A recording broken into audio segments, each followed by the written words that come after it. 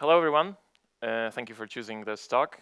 I'm here to tell you my own personal story about how from a programmer, from a developer, I became a manager once, uh, and decided to be a developer again.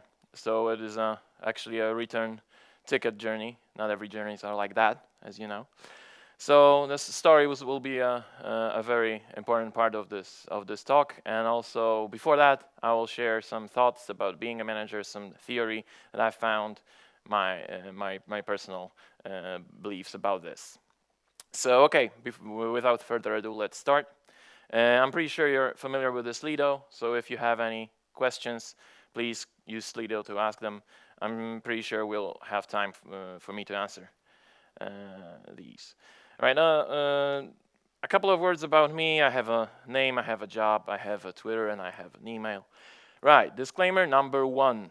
All opinions and views expressed during this presentation are solely my own and do not express opinions and views of my employer.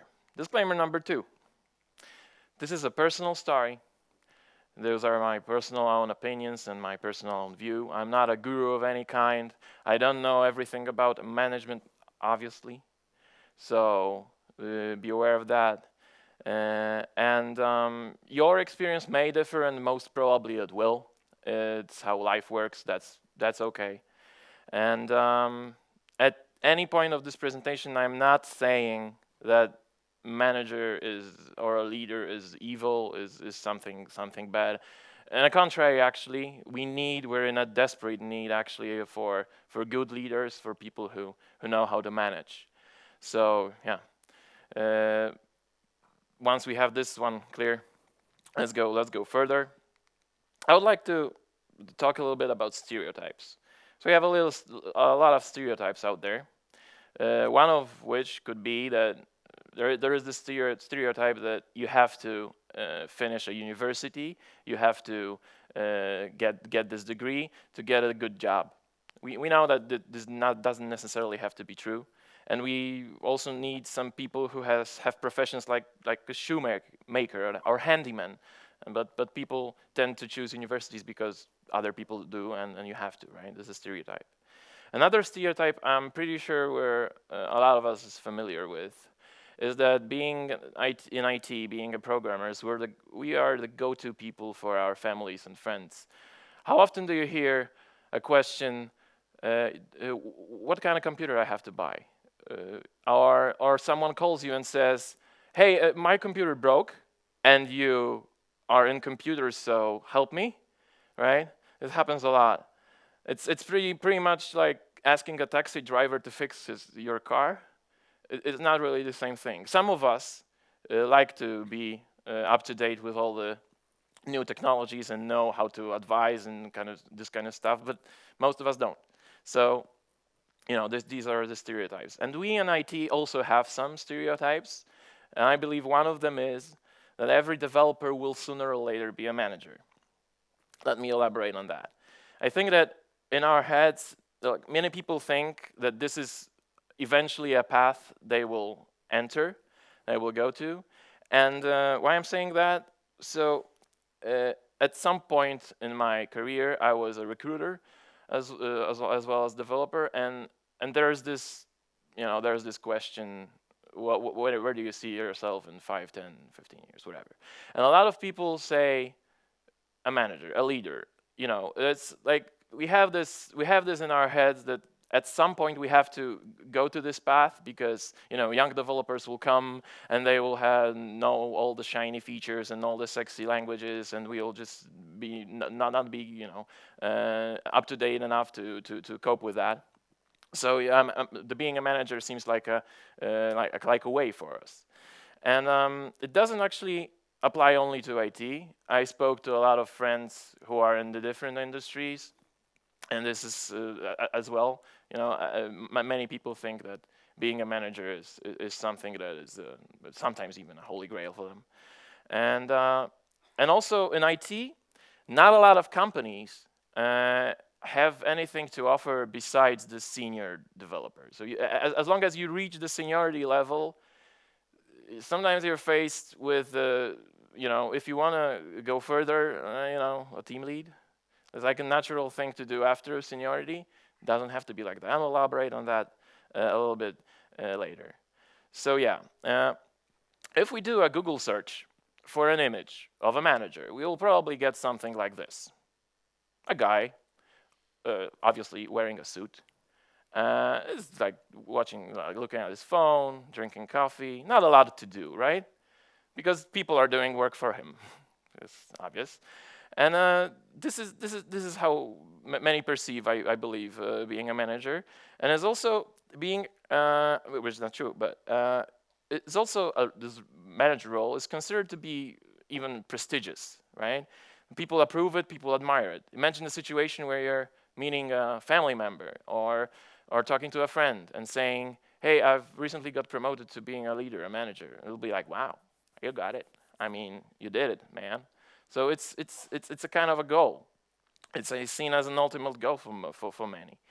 And in IT, the usual career path could look like this. You're hired as a junior at some point, becoming a regular, becoming a senior. In Poland, it takes around 2 years to go through it. I don't know how it's in Czech Republic, but probably the same. And at some point, someone says, "Hey, this guy's good. Let's make him a manager." What can possibly go wrong, right? That's how it's done. And this is how it looks in many companies. And usually, I'm not saying always, but usually what we have here is gaining a bad manager and losing an expert. And that's a thing we would like to avoid, right? So basically something like that. Anyway, I believe it doesn't have to be like that. I believe there are many ways to do it differently. And okay, and there is some, let's say, literature or science about management, about being manager. There's this book called The Peter Principle, published in 1969 by and authored by Lawrence Peter and Raymond Hall. And the whole book is concentrated around this principle, which is, in a hierarchy, every employee tends to rise to his level of incompetence. What does it mean? It means that if you do promote people based on, they are experts in their fields, and you give them different job that require different skills. You can say you give them bigger shoes and wait for them to fill them up. But if everyone is promoted like this, you may end up with a company full of incompetent people who are not able to fill their shoes, right? In a general way. So, and this principle seems intuitively real, but as far as scientific research attached to that is concerned, in this book, no, there's none. It's based on the author's experience, gut feeling, and what he believes. So there were no scientific research, but the industry reacted in some way. People thought maybe there's something to it. So they started to change the way they operate, change the way they promote people, do something about it. And that's pretty cool. But and not up until recently we had scientific proof for that, because pretty recently there was a paper published. It was in 2018, and a group of researchers did a study for 6 years on American companies, American sales companies. So they studied salespeople and sales managers. Throughout the study, over 1,500 people were promoted to be managers, and most of the people that were promoted, the most likely people to be promoted were the best salesmen. So the best experts in the field were the most likely to be promoted to managers. And also, these people performed poorly as managers. So the best people, the best salesmen were poorest managers. And I dig a little bit deeper to see how they measure that. So it turns out that in sales industry, you measure effectiveness of a salesperson by looking how many sales he or she succeeded with. So they measured the effectiveness of a manager by measuring the effectiveness of subordinates. That's some way to measure it. I'm not saying it's ideal. I'm not saying it's perfect, but it gives us some proof that the Peter principle is real, is there, and may happen. So if we look at it in a different way, and so we have this one way to promote people, to give them bigger shoes, and a way for them to fill, we can think of a different way. Maybe we could give them roles, like being a developer or something, and wait for them to prove they have some other skills, let them step outside their roles and show some other skills, and then decide, okay, I think you're fit for the new role now because you're already doing a lot of stuff that is connected to this role. That I believe that this way we would have healthier organizations and everyone would actually benefit from such situation. But okay, I promised you a story, so let this story begin. The story begins with an offer. A couple of years ago, in one of the companies I worked for, I was already a developer for a couple of years then, and there was a new project, new client that came, and a new contract was signed. And we were wondering who will get this project, who will be the project manager. And it was a pretty small company back then. It was like 30, 40 people. And the project manager meant actually everything. It was a hybrid. It was a hybrid of a team leader, of a product owner, of a project manager, and like the management, the leader, because all the others were developers, analysts, testers. So this leader, this manager was responsible for the project delivery, was assigning tasks to the team, was in charge of timelines, and he or she had to take care of delivery of the project and filling the contract that was signed. And every project manager back then was through the same path, so being a developer first and being a manager. Now, in this new contract, new role, new project manager was assigned to surprise myself. And I was like, well, that's pretty early for me because I was not so, like a couple of years after graduating from the university, so it was pretty early. But I had this idea in my head that at some point I would like to be a manager, and I think it's something for me. I saw myself as being a manager, and I thought it was something for me. So I thought, it's early, but why not? Why not try? And it pretty much seemed like a dream come true a little bit because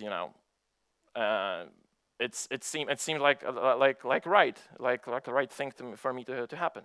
And I had this vision, this happy vision of myself being a manager that I know how my friends, the managers I worked for, work like, and I had a lot of ideas how to improve, right? I knew they were doing their job as best as they could, but I thought, yeah, you can do this better, you can organize a meeting like this, you can communicate better, whatever.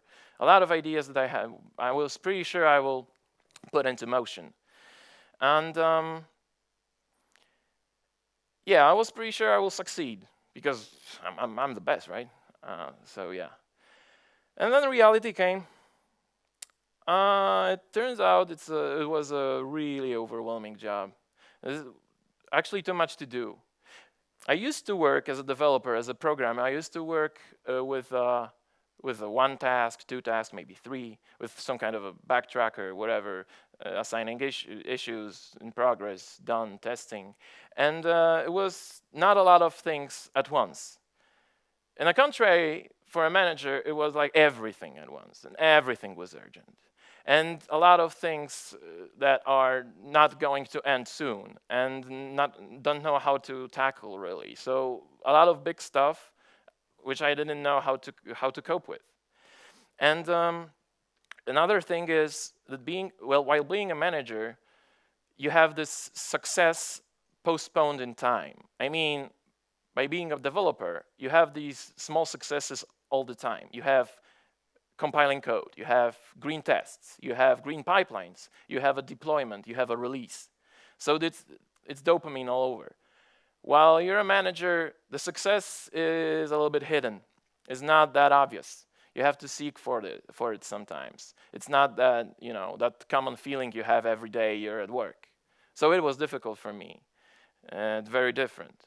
And also, I had this approach that I will do a lot of things better than others because I'm great.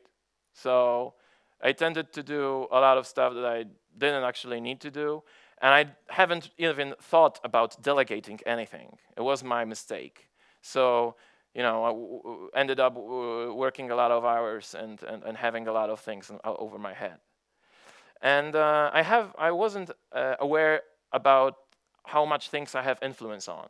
But now that I think about it, well, I could do a lot of stuff differently. I could ask my boss to, assign some people to help me to do this kind of stuff, this area or something. So it was possible, but it wasn't even in my head back then. And I even took it to extremes because once there was a situation, not once, it was a situation where 5 minutes before a call with a customer, I was deploying the application to the production because I will do things best, right? Yeah, and we have a lot of pyramids in IT. I also saw a lot of pyramids on this conference. I saw a pyramid of refactoring, which my friend Wodek presented last day before Easter Day, and there's also testing pyramid. There's food pyramid, nutrition pyramid. I would like to present you with newest pyramid. I will call it manager's pyramid. And it will consist of emails, meetings, and spreadsheets. Of course, it's not really a pyramid. It only is shaped like that.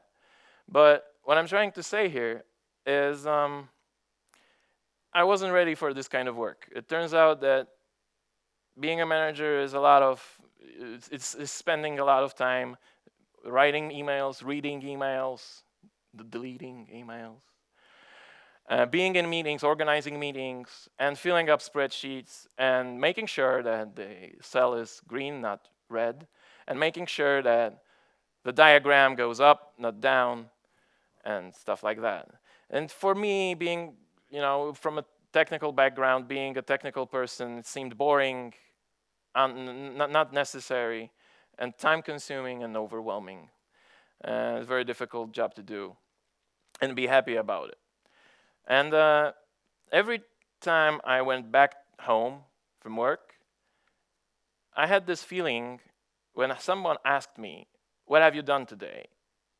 I could give only one answer: nothing. Because what's writing an email? What's speaking to somebody? What's having a phone call? And what's filling up a spreadsheet? It's not something solid that I can, share with you. I didn't fix any bugs. And this is something that I don't think it's true, because maybe my conversation with somebody helped them unblock their work, help them move forward. Maybe they were waiting for my opinion on something, or whatever, right? It's very, very necessary. The work of a manager is necessary, and I didn't have this the correct portrait of it in my head. And this is also something that I encounter when I talk to other people, my friends who became managers. They also say that, I did nothing today, but they were in the meetings all day. So why do they have these meetings? They must have a reason, right? So yeah, but there was a comfort zone for me still, because coding still was fun. When I had this opportunity to land my hands on the keyboard and code for a little bit, it felt like a relief. It felt good. And when preparing for this presentation, I found a blog post on the Use Journal, and Brad Armstrong is saying how to fail as an engineering manager in 8 easy steps. I will not focus on every step. I will focus on the first one. Keep coding. And I'm not saying that being a leader, being a manager means no coding at all. in fact, some of the companies allow that. Some of the companies are pretty okay with team leader being a coder as well, and I'm pretty sure that's okay. The problem is when you're escaping your current responsibilities because you like coding and you just dive into a comfort zone, not doing what you're supposed to do. That's what I did. And also when I talk to other managers that from developers became managers, so the same path as me, there's a pattern that they say something like, well, you know, my job is okay, but now, you know, when I have this opportunity to code, then I live my life, really. Then I feel good. Or even they code after work because they need this, because they like this still. So I began to think, why do people do this to themselves, go to this path, and suffer, actually? Because they still like coding. Why do they become leaders? Why do they become managers? And maybe it's because their companies don't have a better idea for them, as I said. So there is no path for a senior developer or principal developer or a rockstar developer, whatever. But after that, what you can do, right? If someone says that the only way for you to be promoted from being a senior dev is to be a manager, I would say it's something wrong about it. And so what is the motivation for people? Maybe there is a motivation for people to go, and maybe the motivation is money.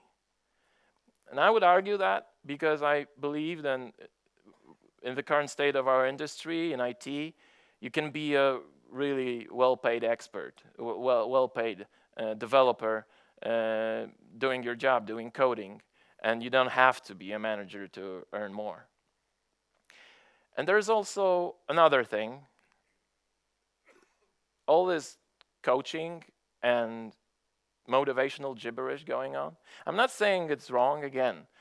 I think it's good. A lot of people did a lot of good stuff because of this, but it makes us wanting to be consistent, wanting to be true. Like, if you say at some point to yourself, I'm gonna be this, I'm gonna be that, you have to be that, right? Not a lot of people talk a lot about taking a step back. And that's a little bit of a problem because it makes it difficult for us to make this decision. I'm not in the place I want to be. I would like to step back. It's very difficult to admit it to yourself and admit it to others. Imagine you already told 50 people you know that you're a manager, and after a while you're meeting them again, and they say, "What's up?" And you say, "I'm not a manager anymore." You will hear something like, "Ooh, oh, yeah, maybe someday, you know." So, you know, it's hard to admit, and it's hard to make this decision. And I was, with all of that difficult stuff going on, I was trying to make ends meet. And I was really trying to get things together. I asked for help in my company. I asked for help. I went to my boss. I had numerous talks with him. He always helped me. He always provided me with some guidance. Also, other friends that were managers helped me. But it was mostly giving me fish and not teaching me how to fish. That was a problem. But it was a small company, as I said. We didn't have procedures for, managers' introduction and courses or whatever. So I was actually still on my own and just, living day by day and seeing what happens. And so being a technical person, being a person who believes in education, I decided that maybe I should go and study something that will help me. So I decided to go to a university for a project management course. And I think it will surprise you because it was really, really, really a waste of my time. Probably not the best choice of the university, that's for sure. And so the skills I've learned there was to find a critical path in the project, to plan budget of a project, and other things I don't even remember now because I don't need them. I didn't need these things back then. And it literally gave me nothing but diploma. So waste of time, a little bit frustrating, but I tend to finish things that I started, so I have this diploma. But it wasn't really the way to go, turned out. Now when I would think about it, I would much more invest in some courses like I don't know, resolving conflicts, communication, planning work, something like that. I would like increase my skills in these areas, not like project management, which wasn't really actually what I was doing per how it's defined in the universities. Okay, and it was still a struggle. Even though I tried as hard as I could, it was a struggle. And the biggest problem is that I wasn't proud of my work. I didn't like how it looked like. It was far, far below my acceptance criteria. At some point, I realized that I didn't want to be a person who was working for a manager like me. It was hurting, actually, because I really like to value my job, and I was not able to do that in that situation. So this is the time when a man in a hat appears. But speaking seriously, there's a sad part of the story, because I didn't actually realize how it affects my my private life, not only the work I've done. So I was working overtime, 10, 12 hours a day usually, and always behind schedule, always something in the back of my head that I need to do, and I don't have time for that, or I don't want to do that. I was not effective. I was always stressed. And very often, I caught myself forgetting about eating lunch. So it was 5 p.m. already. Most of the people were out, a part of these who were starting their work at 12. And a lot of places that gave lunch were closed. So I ended up eating fast food and gained weight, didn't feel right. And after work, the only thing I was able to do, I was so stressed and so actually exhausted that I could only eat dinner and go to sleep. So it was 12 hours of sleep, 12 hours of work all over again. And I wasn't able to rest. Every weekend was a disaster, actually. Saturday was pretty cool, Saturday was pretty cool. But Sundays were, like whole Sundays I spent thinking about how awful it will be on Monday. And I wasn't able to rest on vacation even. Always something in my head that says, yeah, I hate my job. Really not a bad feeling. I wouldn't wish anyone of you has it. And yeah. And at some point, I realized also that people saw it was bugging me. It was not. It was also clear for them that something is wrong. Why do I know that? Well, my company at some point organized a party for integration. I think it was a Christmas party, and they decided to hold some kind of a competition, like contest, something like an Oscar ceremony. They provided some kind of a prize, and they created some categories for people just to have some fun, right? And I got a prize for a category called Office Zombie. One of my friends actually joked that the only thing missing was an IV attached to my vein when I was walking around the cubicles. And yeah, that was funny actually. I like to laugh about a lot. I like to laugh at myself as well, so it was all right. But after a while, I realized what it actually means. So I also look like I'm depressed. I'm not only depressed, but I also look like it. And the other thing is that my then fiancée, soon to be wife, currently my wife, at some point said to me, "You'll have to do something about it, or it will kill you." And these were very important words for me. It was not like the only game changer, but it was another thing that helped me make a decision. Make a decision that I quit. That was it.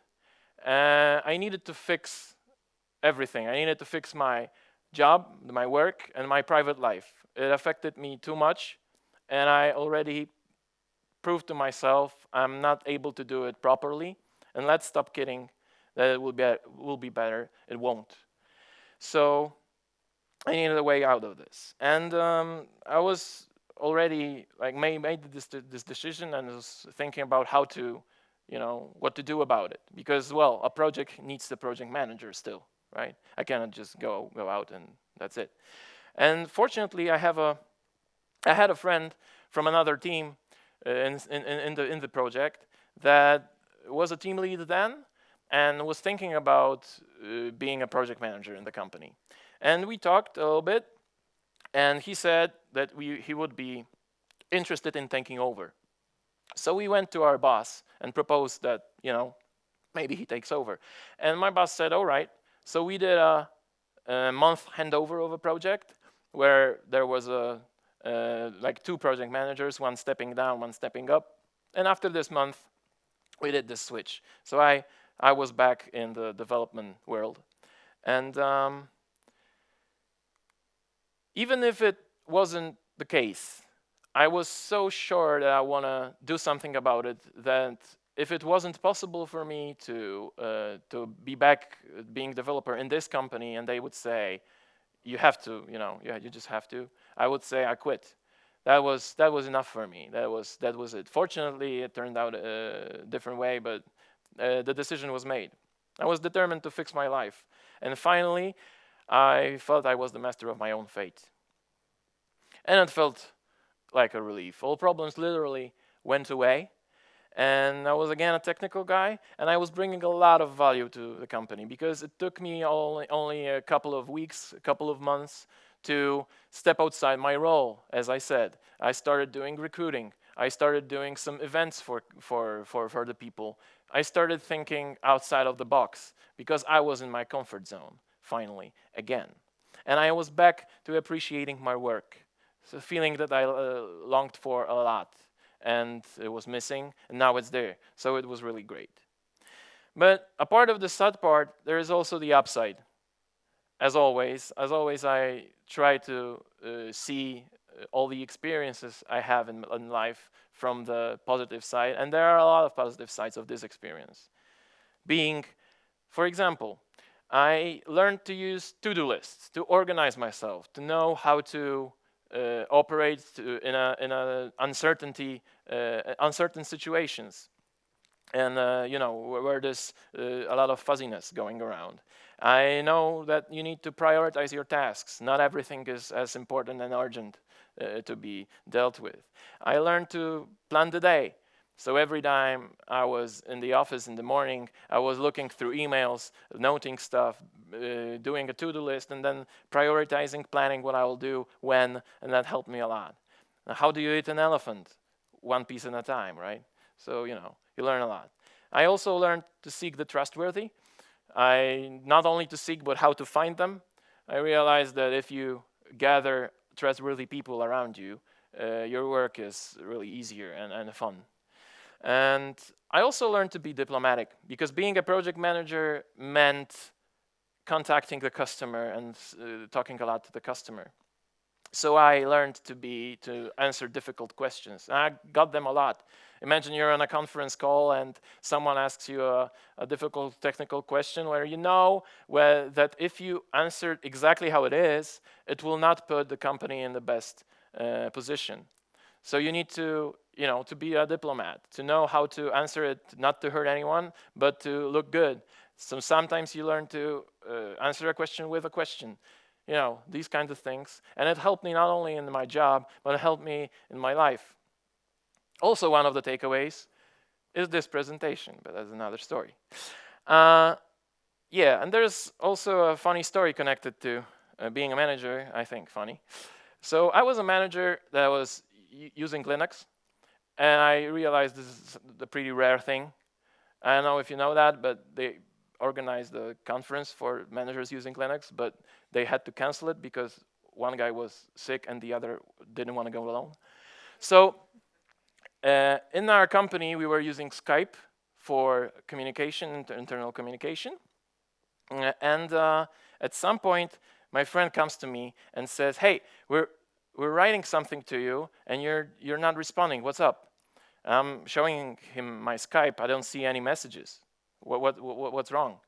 And it turns out that with some Skype update, group chatting didn't work. And we did a lot of group chats of groups of people talking about something, right? And a lot of group conversations didn't even reach me. And after some while, they fixed it. And it turned out that there were like 100 conversations that I didn't take part in, and only around 5 came back to me. So I realized they were not that important, right? Because if someone didn't come, probably I wasn't even needed there.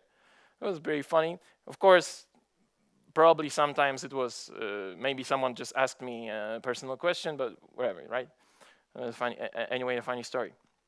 And it was this whole experience was a deep dive for me. Really a deep dive. It was a broad role with a lot of responsibilities, and I realized that. And but if I didn't do it, I wouldn't have learned so much valuable stuff, and I would still think this is something for me, and this is something someone I want to be. Now I'm not saying never. I'm not saying I will never be a manager. I will never be a leader, but I will be a very conscious one. It will be a very conscious decision, and I will know a lot of stuff that I need to work on before I decide to go to this path, to choose this path. The other thing I learned is a lot of respect for good managers, and I really salute them, because I know this is it's a difficult job. You need to have a different set of skills, and you have to work on them constantly, and it's a stressful job. So really a lot of appreciation for people who are doing their managerial leadership work correctly and good and well. And yep. So wrapping things up, if you ask me what should you do, well, I could say choose your own way. The best way we learn is through our own experiences.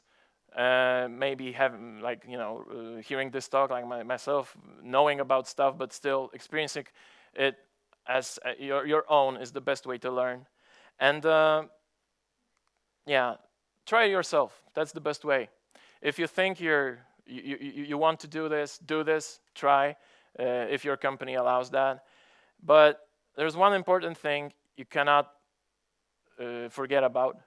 It's quit when it becomes ugly. Sometimes it's very difficult to spot that you're in a difficult place, and this is not a place you want to be in. Sometimes it needs some outside world to communicate it to you, to get it right. But it's very important to diagnose and to act upon it. So have this in mind. And what I also learned is that life is simply not worth wasting it on misery. So just keep that in mind. Quit when it becomes ugly. And yeah, during this experience I have learned something extremely valuable, that it is very important to appreciate your job, whether we like it or not. Our work is plays a very significant and meaning part of our lives. And if there is one thing, one thought, one sentence that I could leave you with, it would be just a simple one, saying, do what makes you happy. Thank you.